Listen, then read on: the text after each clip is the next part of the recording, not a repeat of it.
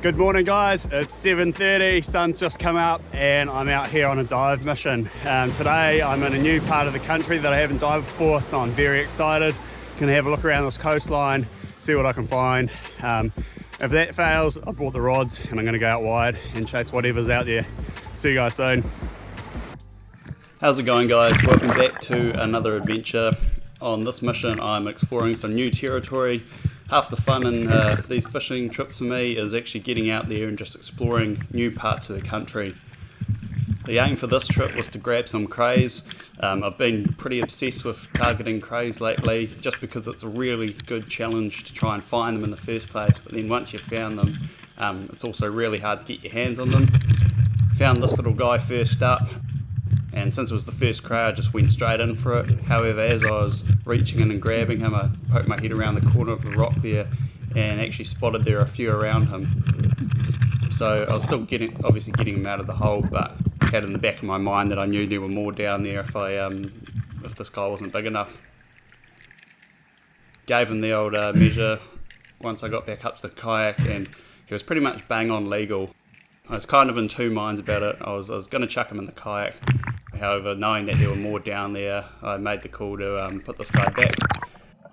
So yeah, started swimming down and dropped him off and let him swim back to his hole.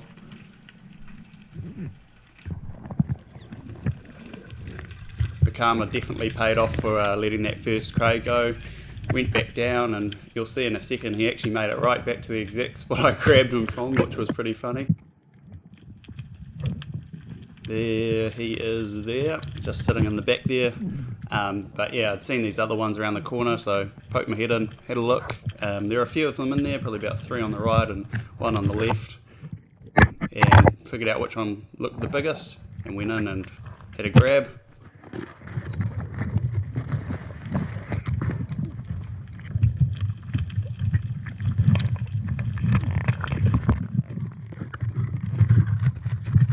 I managed to get a good hold of that big one from the start, and yeah, ripped him out of there, and I was super stoked, you know.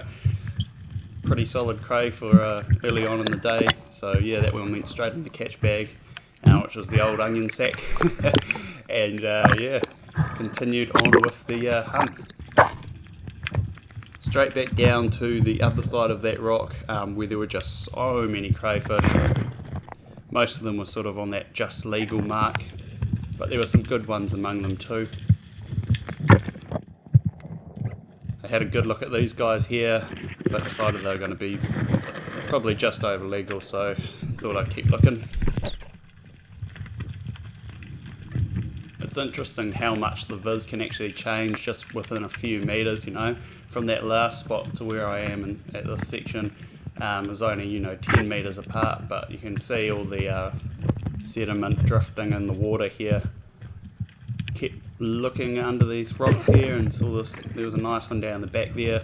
Knew it was going to be a bit of a reach to get in and grab him, but went for it anyway. However, my arms just weren't long enough and he managed to scuttle back and escape. As you can see, there were just plenty of these crays here, which was just awesome to see. So cool. Moving spots, I saw this red moki. Looked like someone had taken a shot at him.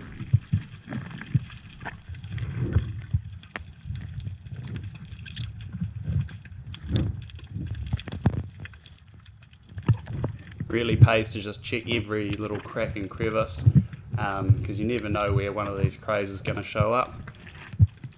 Pretty much what I was doing was just working my way along these boulders here, with the hope of finding a cray under one of them, and sure enough, eventually once I made along here, found this guy sort of tucked away, and as he saw me coming he scuttled out and tried to escape, but yeah, he's a pretty easy target, nowhere really to go.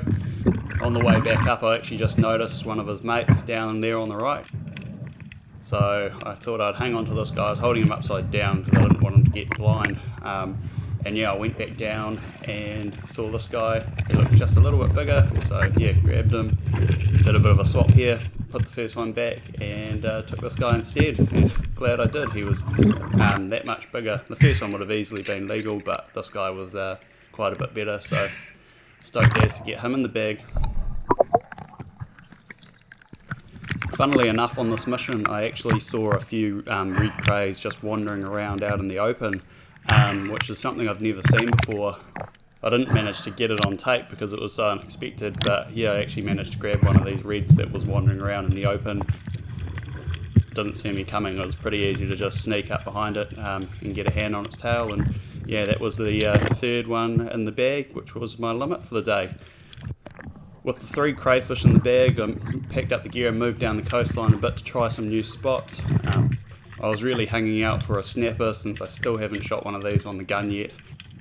Covered quite a bit of ground, but unfortunately I just didn't run into any snapper, let alone eating fish in general.